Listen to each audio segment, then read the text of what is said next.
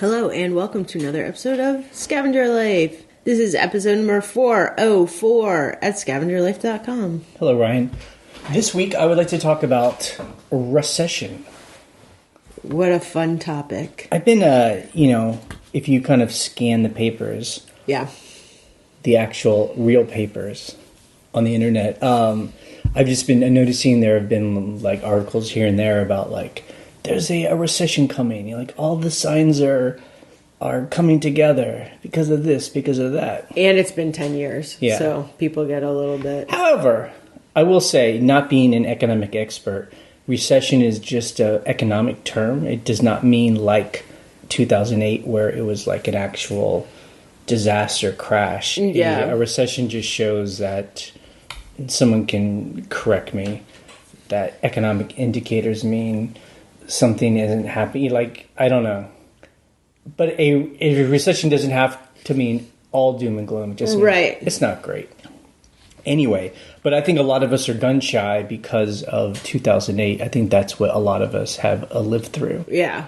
I remember when I was in high school, back in the 80s. Way back when. I lived through one too, although I was just basically a kid. But I remember being in Houston, the recession hit Houston particularly hard because it had something to do with the oil boom or non-boom. And so I remember, I had one friend whose dad went bankrupt during that time. Right? Yeah. Yeah.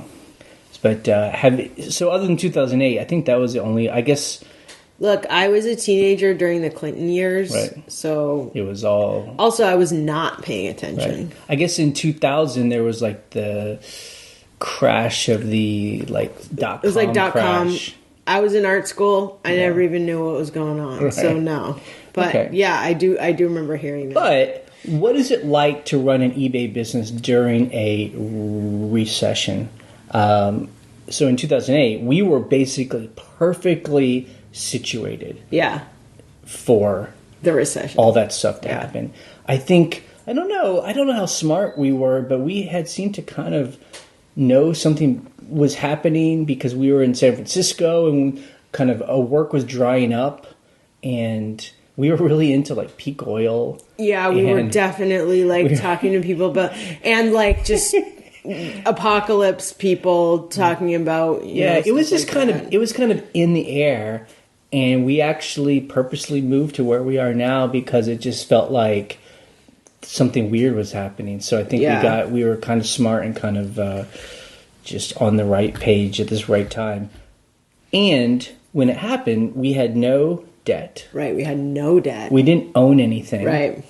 And we actually had savings. some money saved up as well. We had enough savings to buy a house after the crash. Right. In cash. So it was kind of perfect. Yeah. For us, at least. Just it was like the perfect storm for us. I mean, it just was like all these things. It was tough, though. I mean, when we tried to buy a house, you couldn't get a loan. True. I mean, people just laughed at us. But, basically. buying a house wasn't like a luxury. I mean, it wasn't something we needed. Right, we didn't need to do it. But I'm just trying to think of, okay, and then we were freelancers. Right. We had like a little business where we made videos for companies, and no one wanted videos made. No one had money. So that's when you had thought to let's try and sell on eBay.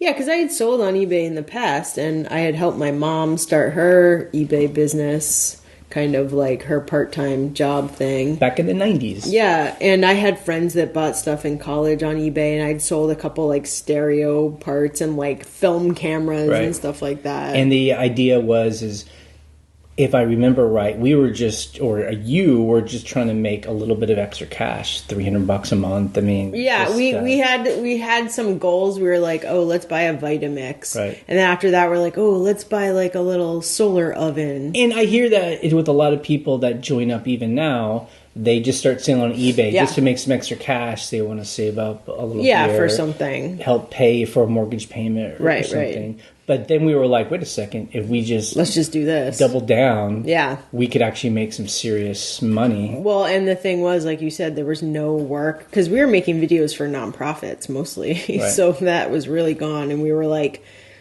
what's working right now? It's this. So my question is, and maybe people are asking themselves is, what is it like to sell on eBay during the recession? Right. And since that we started to sell during the 2008 crisis. Yeah. I don't have any experience before that. Yeah. Like, I don't know if people were buying more on eBay because they were trying to save up their money, so they were buying used stuff, right. Or if they were buying, or maybe people weren't buying as much on eBay and we just didn't know it, but it was fine for us, because people were broke. Well, what I kept hearing on the news during that time was, for us, we were like super frugal, like poor kids, whatever, like just trying to make it happen with nothing. And so to hear that there were people who started to shop on eBay or at Goodwill or whatever, because it was cheaper than new, was like a revelation to me. I'm like, oh, that's why we're getting so much business, because like people are like, well, instead of spending $200 on these boots, let me find them used for like $30. Yeah. Yeah. I mean, so I guess that's a question that I don't know, is that if something were to happen tomorrow, right? Some big crash that people will be like, oh, of course that was going to happen, but if no one else sees it coming, right.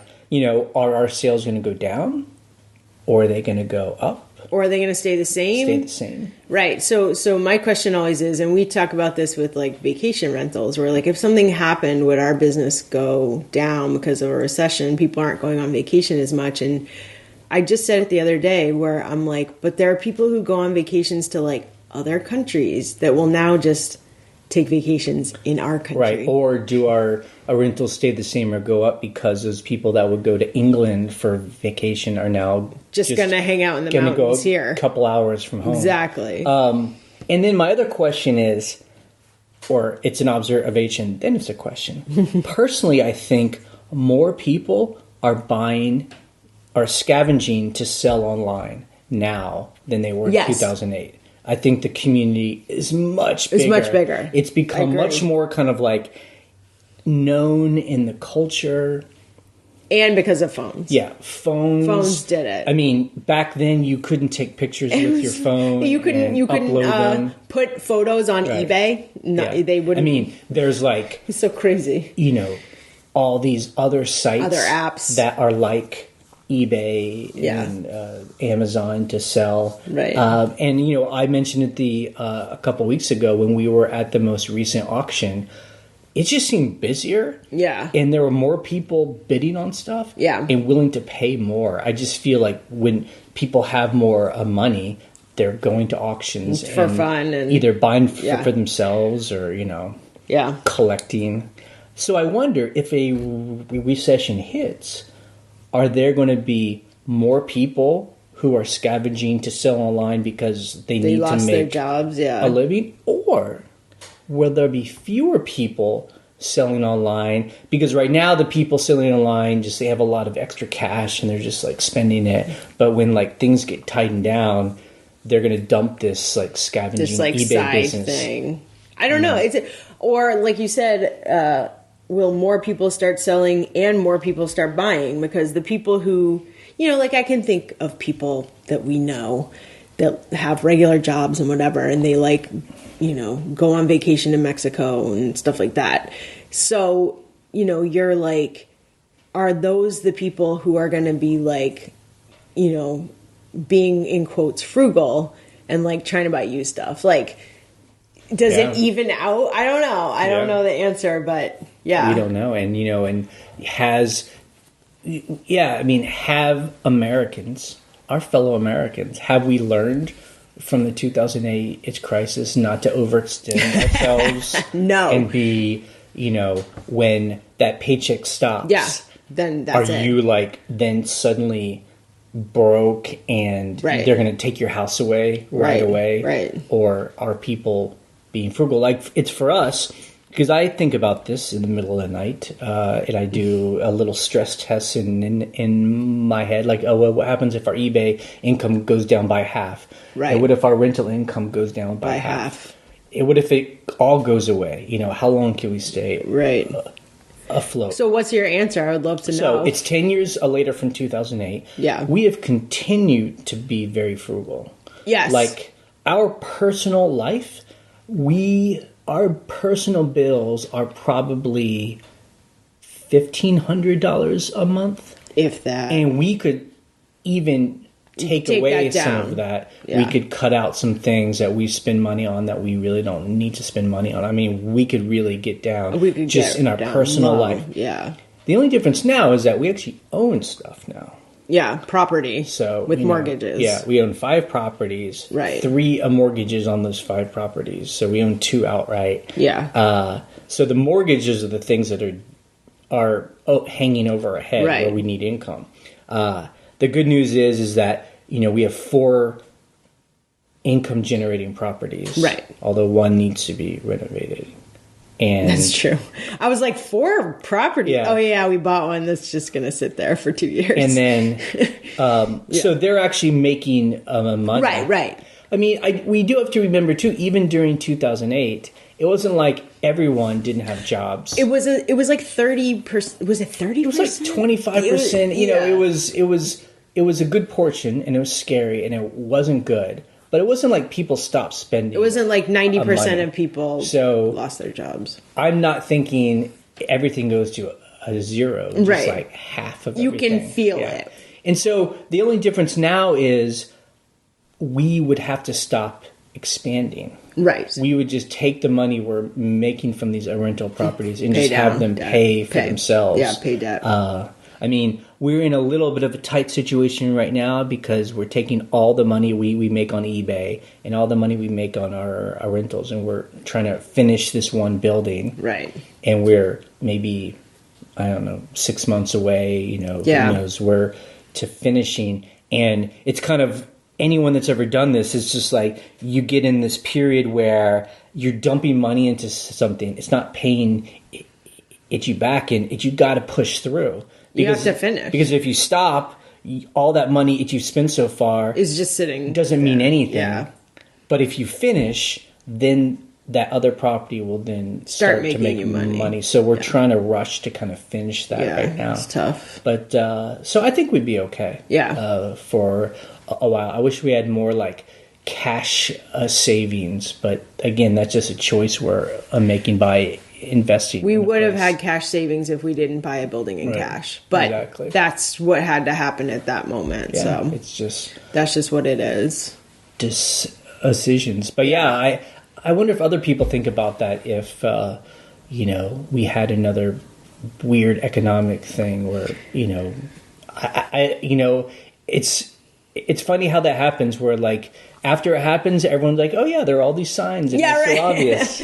Right. But right now, it's like, what is it? Is it just that did you hear that unemployment is very low right now, right? But wages aren't going up. So people, when the federal government closed down for whatever it was 3 weeks or something. 3 weeks. It was like almost 2 months. There you go. It was a long time. People were struggling because so many people are living a month paycheck to paycheck. Yeah. They're like, if I don't get my paycheck in 2 weeks, I get kicked out of my house. But I know that there are people who are hearing this, and people we know in our forum, they have full-time jobs, but over the past several years, they've really built up like a machine, like an eBay cash generating its machine in their off time. Right. And I've even heard people talk about it. Like if my job, it went away, I've got a business. I'll just ramp it up. That I can ramp up. Like it's making good money now, but I know I could make much more consistent cash. I mean, I do get nervous about eBay because I did notice, the last few weeks have been really slow. And like, and my mom was saying, oh, the last year I've been down so much. Of course, she puts her store on vacation, like off mode for like half a year. So I'm like, But, yes, so that's like a terrible example. It's okay. She doesn't listen to the podcast. She told me so. Some more shade. So, yeah. But, I do get nervous because it is dependent. It's very dependent on no business. You can have control over no business really, but you really don't have any control. Like there'll be days where I'm like listing and just like one $12 item sells, and you're like, what do I do here? Well, I will say with eBay, we have kind of morphed our eBay business into this, like our scavenging. We do not scavenge like we had even 5 years ago. For a long time, the way we scavenge is like I think how a bunch of people do it. We would scavenge almost every day. All the time. Whenever we were out of our house, we would make sure we would stop by a thrift store or stop at a yard sale that we drove past. Like we were always scavenging. We have totally changed that because we do all these other things now. We do these like big hits. Like, we haven't scavenged in like 2 weeks, really. Well, we went to that auction. And we'll be like, let's go to an auction. Let's spend a bunch of money, get a big truckload of stuff, and then just eat on that for a couple of weeks. Right, right. That's kind of how we scavenge now. If for some reason things went south and we could start scavenging a lot more. Yeah, we would. But yeah, like the renovations and just frankly maintenance on the other rentals, I mean, that keeps us busy. It's like, that takes up a lot of time. And that is another job. It's not like it's for fun.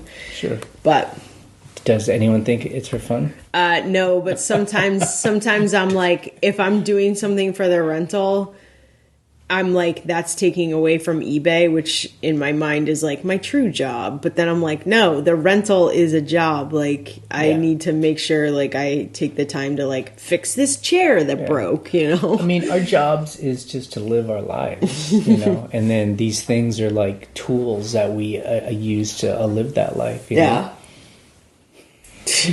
a good way to think of it.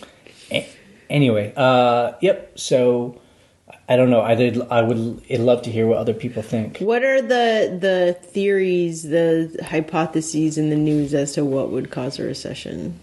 Like, are there factors that people are talking about? I personally have not seen anything specific. Me either. Yeah, it's more about like all these economic indicators, like short-term interests.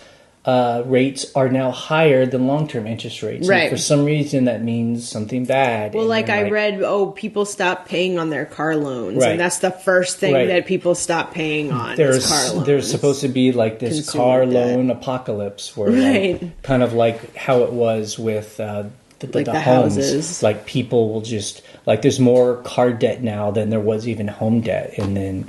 It's crazy. Well, we see that. We see dudes driving in these like $100,000 trucks. Yeah. You're like, what? Yeah, I know you can't afford that. That's crazy. Or they can afford it while they have jobs, but if the job goes away, I don't know. I mean, all we can do is just have a pantry full of food and keep our bills low. And I mean, it's like when the other recession hit and people were like, oh, we had to learn to be frugal. And I'm like, everybody listening to this podcast already knows how to do that. So hopefully, yeah. So you're already ready. It's within our means. Okay, let's talk about our eBay this week. A couple things. We hit 10,000 feedback. We got the shooting star on eBay.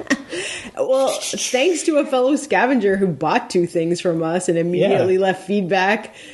Some random person that I don't think we have ever heard from, she emailed us and was like, I just bought 2 things and gave you 2 feedback. And now you're at 10,000. Like, wow. It was so funny. So, yeah. I mean, for anyone it's new to eBay, these days that stuff means absolutely nothing. Like, almost nothing. I mean, I think having good feedback is fine. It's good. But for the most part, after you get a couple hundred feedback, I don't think it affects eBay's algorithm. I could be wrong, but I don't think it really matters. Yeah. I think it was just back in the old 90s or something when that stuff was more important. But it is cool to see 10,000. Yep. Something that was big for us in our neighborhood, Comcast came into our neighborhood. We had CenturyLink as our internet provider. And I know people really don't like Comcast. But we had no other choice. In our rural area, them coming here with a breath of fresh air, we got hooked up. We signed up for 125 megabits. It's 150 down. 150 down? Yeah. And we probably get about 50 down, really, like on a regular basis. Yeah. But we also get 5 up. which is huge for us. We were getting like one down and like, what was it, like 100 kbits up. So anyone that knows the internet, so slow. But you know what? For the past decade, we've run multiple businesses on that speed. Yeah. So this feels, it's like a game changer. I mean, I called CenturyLink on Friday and I was like, please cancel my service after 10 years. Yep. And we would, and anyone that's in a rural area probably struggles with having good internet. I would talk to the guys at CenturyLink who would work on the because they live locally. So just and chatting I with would them. See them and I'd be like, are you guys ever going to upgrade this stuff? And they're like, nope. We're never going to Never going to. And you know what? So you could tell who connected to... So Comcast had to come in and write a contract and sign it with our HOA. Jay happens to be the president of the HOA. So you were very much in communication with Comcast and neighbors and making sure people knew what this meant. And it was funny because it's been like almost a year since they started digging and like putting in connections. And you could see who was connected to Comcast with this, like, because they hadn't buried the lines yet. So there would be an orange, like, cable going from the box out front to people's houses. And we took a walk the other day and we're like, yep. Like, you could see everybody connecting, which was, whatever to Comcast. But it is just nice to be like, oh, finally you can talk on Skype and do eBay. Like that literally could not happen before. And if anyone ever thinks about moving to a rural area, really that's one thing you have to check ahead of time when you try and buy a house, because our neighborhood happens to be totally connected now. Right. But if you just go quarter of a mile down the road, there will be houses up a hill where that don't have it. They just have to get like satellite internet, which is horrible. Never get satellite internet. Because, okay, I know some people have it, but it's tough. So anyway, that was a big deal for us. Sonia on the forum, she mentioned that if you look at a listing on eBay and it says where the shipping time, underneath that, there's now new wording that says the handling time on some listings, not on all. Only on some. I bought a bunch of stuff like yesterday and today, and I didn't see that on there at all. So I don't know if they're rolling it out slowly, but to me, number one, that's great. That's super helpful for me as a buyer and as a seller. Number two, what they need to do is they need to change it so that when you put your handling time, you should be able to put the date. Instead of like, I'll ship in 5 days and now it's closer. I'll ship in 3 days. It's like, I'm going to ship on April 19th. You're talking about when we go out of town and when you change your handling. I think she was excited because she's one of these sellers who I think she's a full-time job. So her handling time's like 3 days. And I guess she's having issues with people buy. And they're like, I just bought this yesterday. Why are you shipping it? And she has to explain, well, I have a 3-day handling time. Right. And so she likes it that now it tells people. It's pretty clear. You're going to buy it. It's going to take 3 days for me to get it in the mail, and then there's a mail. So, but like the thing about eBay that's so wacky is, you can see that when you're on your computer, but can you see that on the phone? I have no idea. I never buy stuff on my phone. I think the interface is super wacky. Yeah.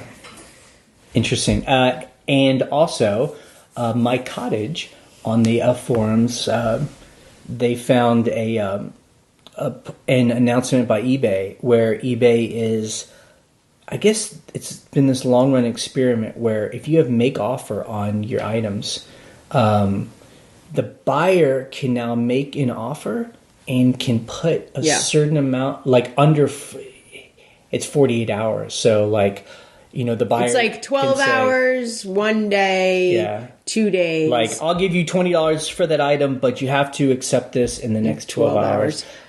I mean, to me, I for some reason was excited because I thought the seller would have the power where I could send an offer to a buyer and say, Here's you an have offer. to accept this. I'm going to give you 3 hours to accept this. I think that would be cool. But they're giving the power to the buyer. So well, I saw that a long time ago, months ago. But I think they were slowly rolling it out because I didn't see it everywhere. But I always choose 12 hours. But I'm like, I feel like people will still be able to respond past 12 hours because eBay wants the sale to happen. But I don't know. I guess we'll see. Yeah. I don't know if I don't know. I had to check our listings. I don't know if it's on our listings, but I've never seen that when an offer comes in. You have X amount of time. That's different than like the 48 hour. I know that some people who sell on eBay, they use that as like not as a weapon, but as like a tool where if someone gives them a really low offer, they'll just sit on it. I hate doing that. I can't do it. Because they're like, well, I'll wait 48 hours, like right up till 48 hours, and I'll accept it. But I want to see if someone's going to buy it outright. That's fine. I don't have time to pay attention to that stuff. Yeah, we just like accept it, don't accept it, counter, just kind of... Yeah, mostly we counter. I mean, it's rare when I decline. I think I decline when it's just like totally... Look, I declined yesterday on a pair of shoes because the person wrote this long note saying, "Hey, I know you just got this at a thrift store, so why can't I get it for less than half price?" And I'm like, "This is a business. I took the time to find it, take a picture of it, list it, and now I have to take the time to ship it. So you can pay me more than when I bought it at a thrift store." The best... Decline. The best is just to counter without any emotion, without any message. Just ignore what people write. Yeah, I know. Yeah, we both fall into the emotional trap where like people are like, "Yeah, here's $2. Just this is a piece of junk." I decline it. I'm just like, happy hunting. You know, the great thing is you can decline it and then block them. Yeah, blocked. And I will end with this before we go on to the next thing. I will continue just to put it out in the ether that I wish eBay would require immediate payment if you accept an offer. So if I, as a buyer... They will never do it. I make an offer on a pair of shoes for $20. If the seller accepts it, eBay takes the $20 out of my PayPal or out of my credit card or wherever it is, you know. It should be like a done deal. Jay, I'm so glad you started the Instant Pot right before the podcast. I thought that you like turned off the sound. No, I didn't. Mm-hmm. I'm cooking black beans in the Instant Pot. Delicious. Very frugal. Cheap. Totally frugal. Yeah, no, I think that's one of the hardest things about eBay where, you know, the people have 2 days to pay and you're just like... I guess I don't know why eBay... What the thinking is, you know, in the eBay boardroom, all these, you know, guys are like hanging out, like coming up with how can we make this better? I mean, like, who would be against that? Because I feel like eBay loses out on income because if somebody just doesn't pay. I mean, I feel like sometimes the numbers are like 25% of offers that we accept don't pay sometimes. Right. That's a lot of money sales for eBay if you multiply that by, you know, 1 million. I mean... Do you think it's just a pain because if people did pay, it would cause more problems if they really don't want it and then they cancel? But you're like, isn't that the same when someone purchases something and then 5 seconds later say, please cancel this? People on the forum have come up with a theory, a hypothesis that it's basically that it's a coding issue. Like right now, eBay... They would have to somehow work it into PayPal, and they'd have to like work together. Not even just PayPal now, because if they're doing like all these different payments, well, that's what people say is if once eBay has more control over the payment system, maybe it will. Just code it, so. Because look, like when you go to a hotel or wherever, and they're like, "We're taking a $50 security deposit," like they just hold that money. I mean, they take the money, but then they hold it and then they release it. So. It should be something similar to that. It would just be one of those things that would really make a seller's life... Oh, my God. ...so much better, you know? You know, it's like when you get those great offers on something and you're like, oh, $100 on this thing. Hope they pay. Yep. You know, that's like always the thought. Yep. Yeah. Gut reaction to the week, right? Medium. Medium. There were some high dollar items medium, not hot. There were a few high dollar items that we sold, like things that were close to 100 and things that were 100. So I sold a magazine for 50. So it felt a little bit like the sales weren't a lot of sales in volume, but it felt like higher prices. I'm going to guess on the number. You are. Okay. $1,800. Okay. Yeah, it definitely felt. We had some days where it was like, we're back. All it did feel like we're back in business. And then the next day would be like, oh, great. Nothing. We sold 2 things. No messages, no offers. And then like 5 less than half price offers in 1 hour. You're like, what the hell is this? So we made $1,589. Oh my God, it's lower than I thought. That's so depressing. We sold 43 items. Yeah, so, 43 is not bad. Yeah. I mean, like 6 items a day on average. I mean, I don't know. I was actually pleasantly surprised. I mean, $1,500, like we need to make $1,000 a week, 1,500. But man, we really have been in this kind of like cycle of. I don't remember the last time we've made over $2,000 in a week. I don't know. But that's just for us. Okay, things we sold. We sold 2 more coffee parts. That coffee maker that I used to own. It broke, and then Ryan like took it apart. So it was $70 for these 2 coffee parts, and I think wow, all right, yeah, one was 60. I think we've probably sold maybe 8 parts, and 2 parts got sent back. Yes, so I think we've sold about 6 of those parts. So the thing is, and then I bought another one to part out, and Jay is probably right that this one wasn't as fancy, so no parts have sold yet. Although I did just kind of list it, so.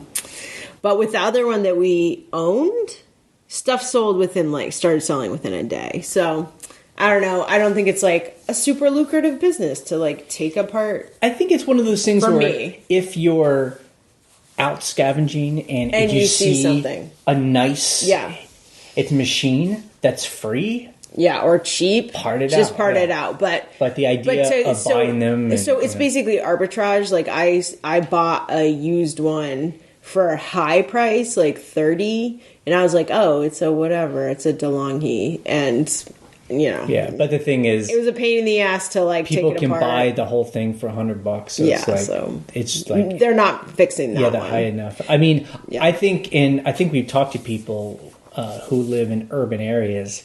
I think if you had the mind to do it, Craigslist would be awesome. Craigslist, hang out on Craigslist. Look for find the free stuff. I mean, I think I've heard people they part out dishwashers. All kinds of refrigerators. Stuff. Yeah. I was like thinking, if we lived in an urban area, just get the free stuff on Craigslist and just either fix it or part it out. I would totally.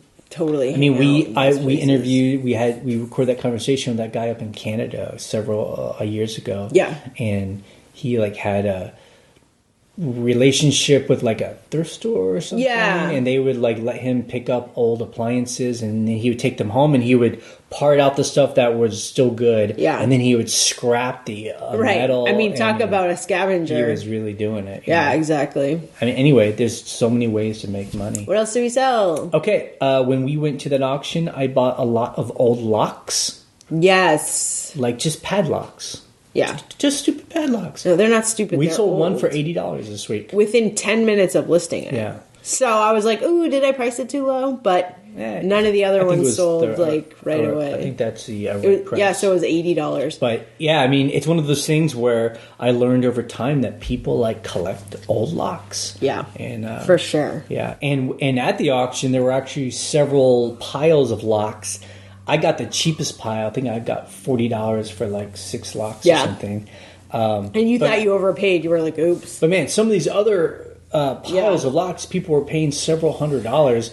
But you know what? I should have got. I wasn't confident enough about them. Yeah. Well, next time you will be. The things people collect. Yes. And then one of my old pair of shoes sold for $50. Which shoes were those? They were a pair of clogs. Oh, those clogs. These clogs are so funny.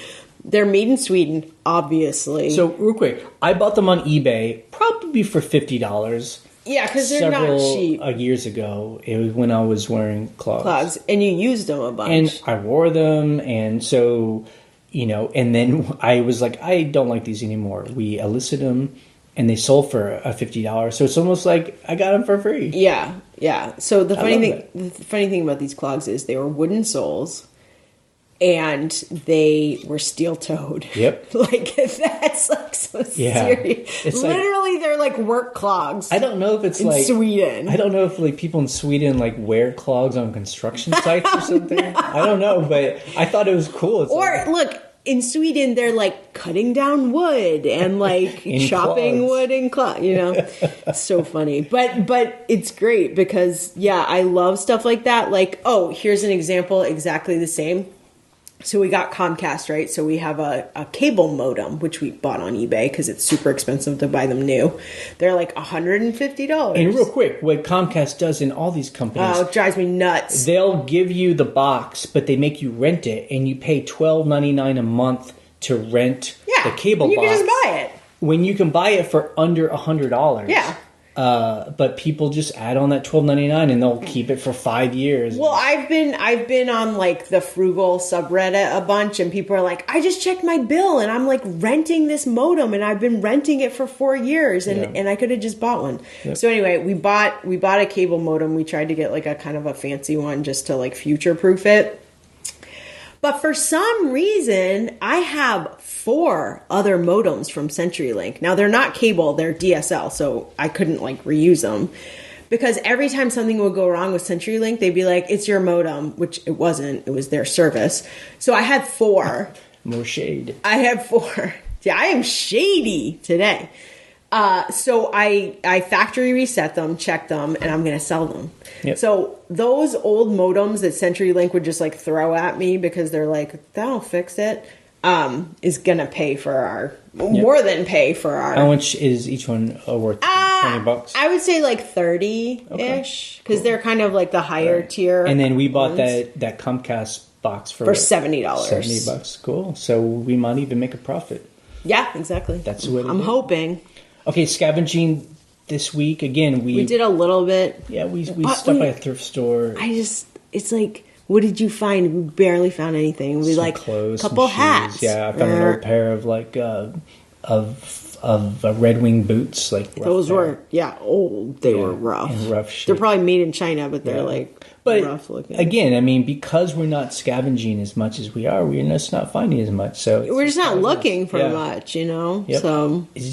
It's just how it is, but we have plenty of inventory, so... But the thing is, like, always for me, is because we have someone who works for us, every week we have to be like, what's she going to do this week? Does she have enough? Because... And, there, she's honestly flexible enough that, like, we're going to be away for a week for work in a couple weeks, and I'm just like, we're gone. Yep. And she's like, okay. Yep.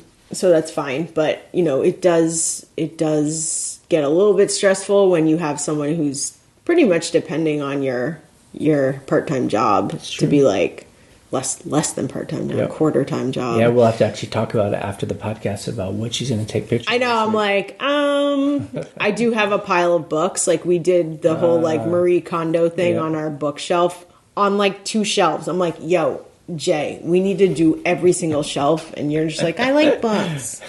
Yeah, they're dusty.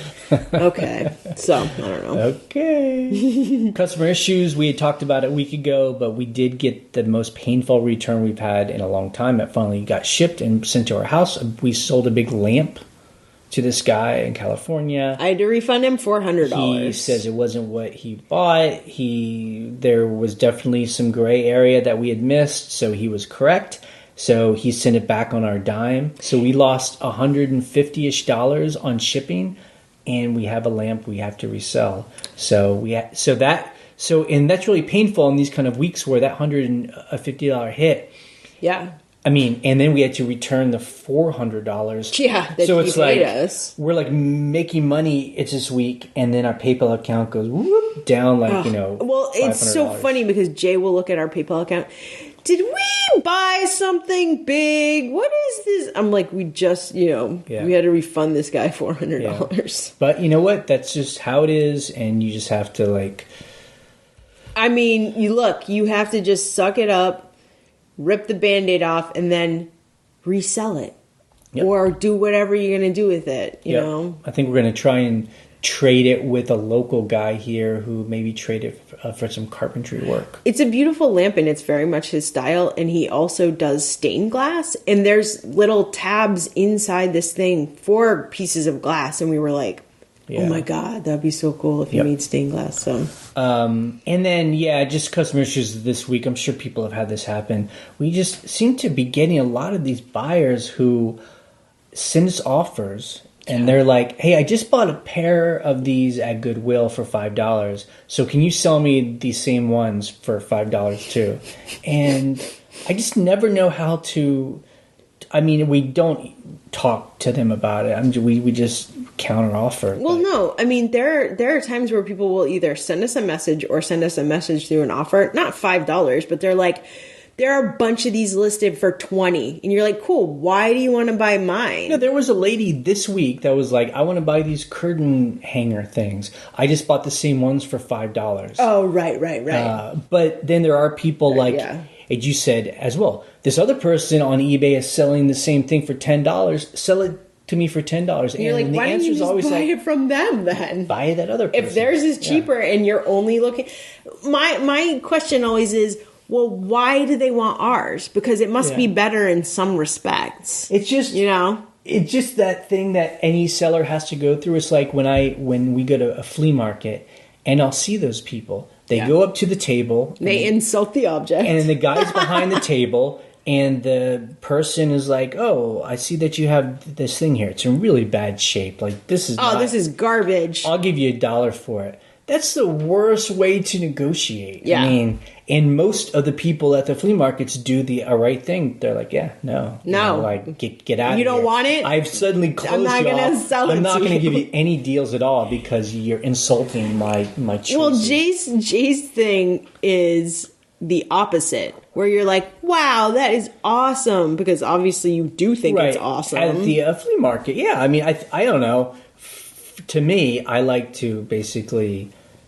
give people props, like wow, cool thing you found a lot of cool stuff here, right? Yeah, tell me about this thing. Where'd it come from? Why do you think it's cool? Right. And then I'll throw an offer on it, and then I'll give you $1.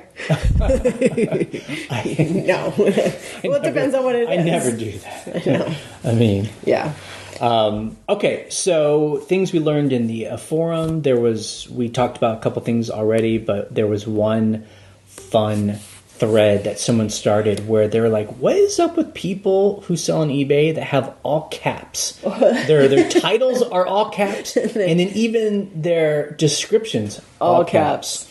And people were just going back and forth about... I mean, number one, the reason why it's not smart is because it's hard to read. Yeah, it's harder. I know people think, like, if you have all caps, it really, like... It's like you're shouting to people, and it's like, if it's on a page, people will, like, check it out. I think there were a couple people that... It was so funny. A couple people were like, oh, I still do my titles in all caps. And we were all like, it's just easier. Don't do that. Right. I mean, honestly, look, doing either all caps or all lowercases in terms of efficiency is much faster, because I, at times, have done all lowercase and you hate it. You're like, that looks so lazy, because when you're typing, you're like, shift, next word, shift, next word. Like, it's a pain in the butt. Well, someone posted, there's a website. I have to check it out on the forum. That will reformat where you can just do it all in caps or all in lowercase. Copy and paste and say... Now put it into the right... There is also a function, I don't know about Windows, but on Mac Text Edit,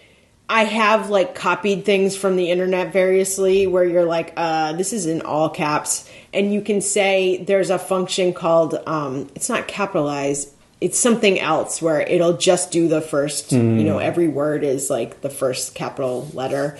So... I just think it looks better. It looks better, I think. Now...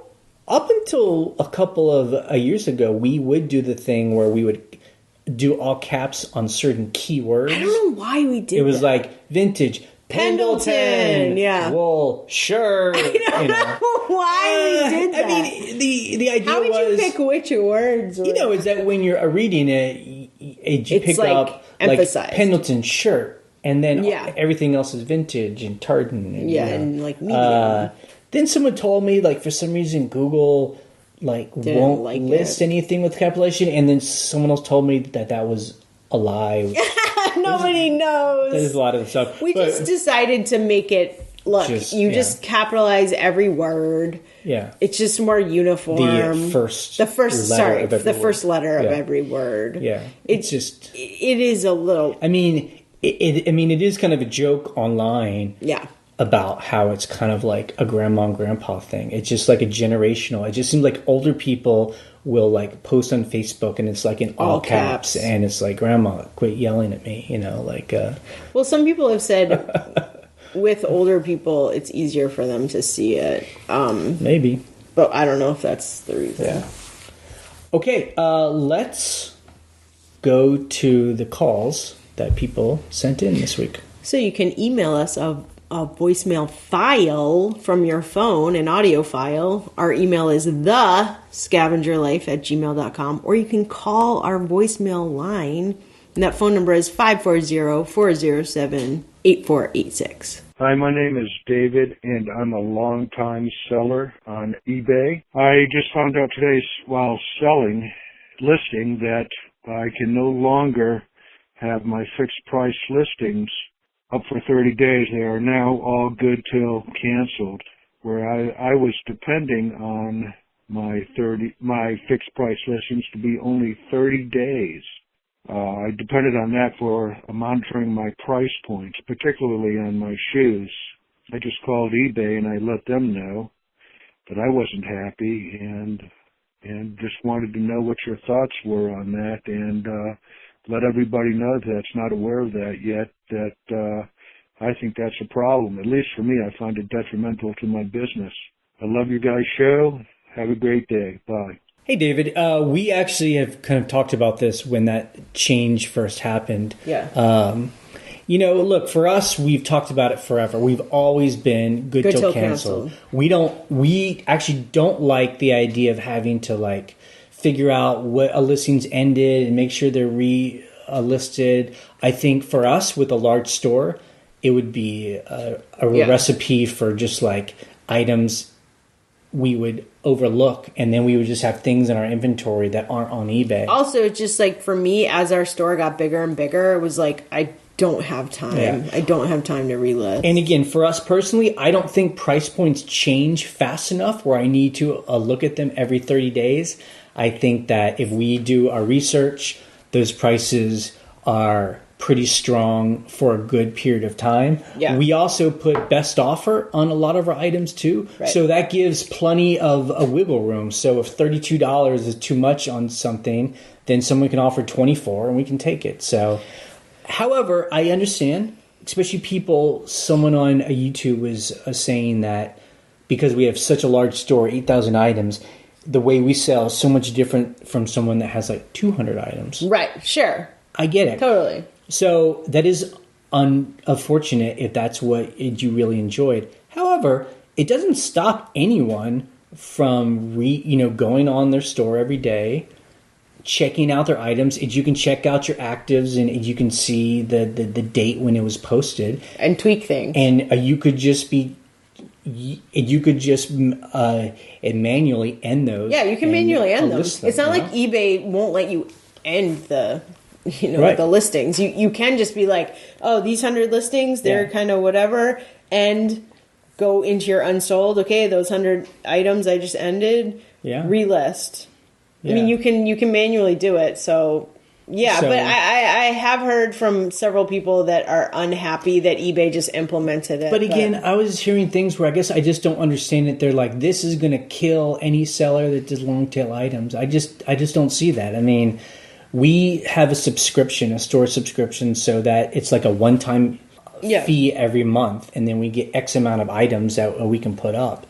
So it doesn't really matter to us if it ends or not. Hey guys, so This is a call about shipping rates.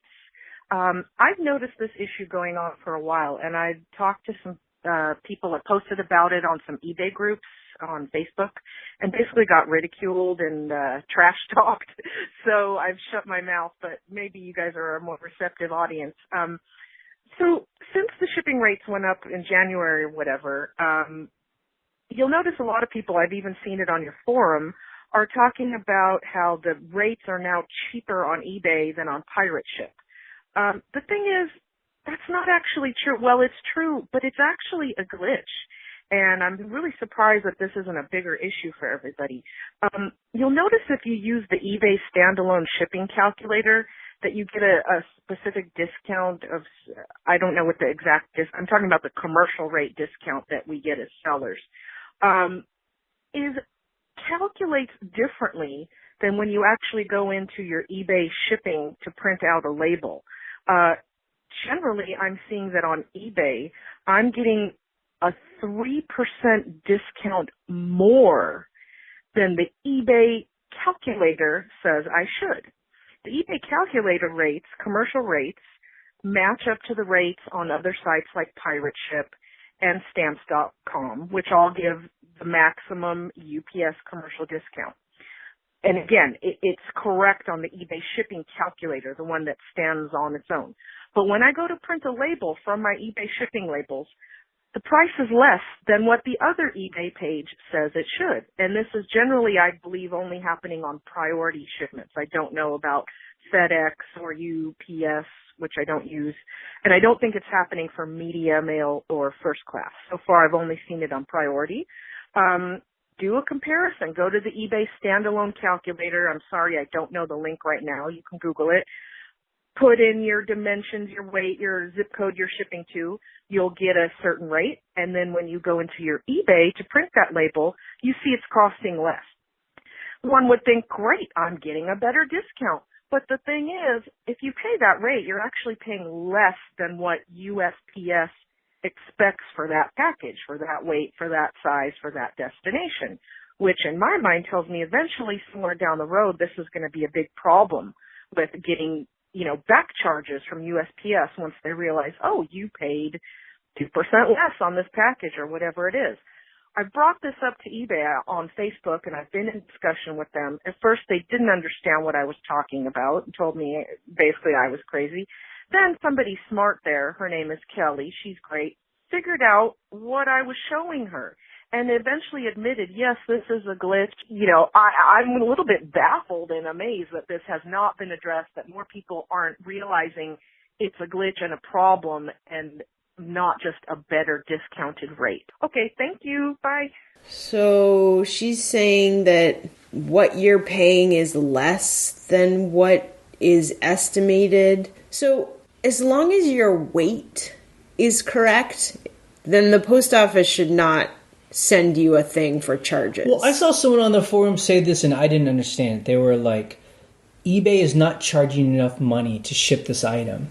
So the post office is going to start to claw back money from buyers. I don't think that's true. Yeah. The only way that the post office will charge you for something is if you say, this is a 12-ounce first-class package, and they're like, no, it was 13 ounces, so we're going to charge you the difference because we weighed it. And yeah, I mean, I don't know. That's the only time I've ever seen them. I guess I don't understand how these things start up. I mean, people are like, this is a problem, but it's not actually happening. They're saying they think it's a problem, but no one says that, the post office is clawing back money now.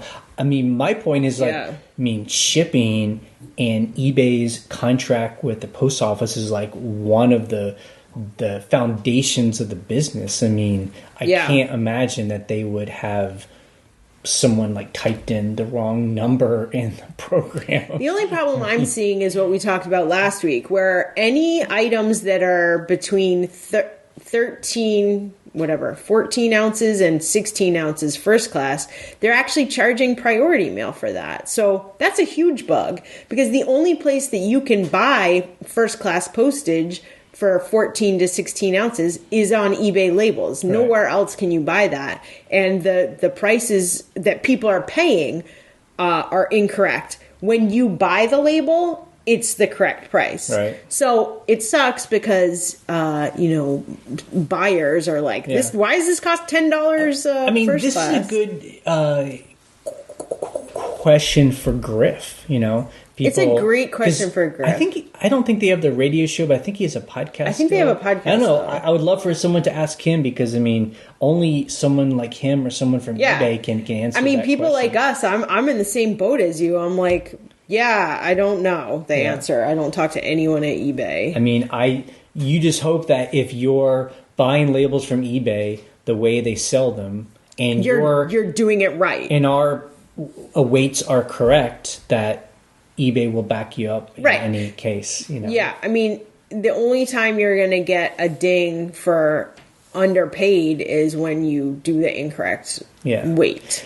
It is interesting how some people that sell on eBay, they use other services. Like there's like Pirate Ship, and there's a big conversation on the forum that I'm not has one, and then there's I'm not even paying attention. People use these different stamps.com. They'll use these different services, and I guess what it comes down to is two things. Number one is I guess I hear they like the way it works. Like the better, the interface better, and then also you can buy labels for multiple places, so they can go in and buy their labels for Etsy and for Poshmark. Gotcha. And, all in one that place. Is helpful if you sell from through other platforms, because for me I basically just sell on eBay. Yeah. But if there are times where I'm like, I need a first class for a Together or whatever, and just I always have to say this for someone super new to eBay.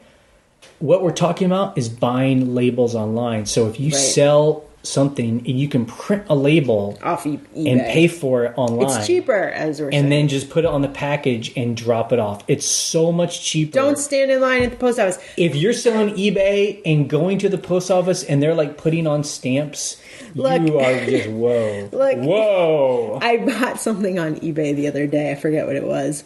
And the package took forever to get to me.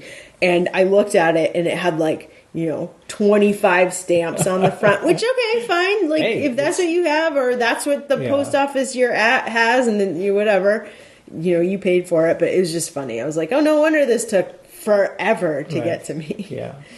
Okay, that's it. You can check out our blog at scavengerlife.com for the links we discuss and to join the conversation on the forum. If you want to join the forum, you can register and then send me an email so I know you're not a spam bot. It's very helpful. I will approve you as soon as I read the email, so please do that. You can call and leave a question or a comment on our voicemail line. The phone number is 540-407-8486. You can also email us an audio file. Again, our email is thescavengerlife@gmail.com. We post an episode every Monday morning. On Wednesday, we post Stephen Schultz What Sold video. You can subscribe to our Patreon account, which is on our sidebar, which supports us for as little as $5 a month. You can subscribe to us through iTunes or YouTube for free, so you always get the latest episode. You can buy our archive of 5 years worth of podcasts if you want to download and put on your device and listen offline. We are ending this podcast in 3, 2, 1. Bye.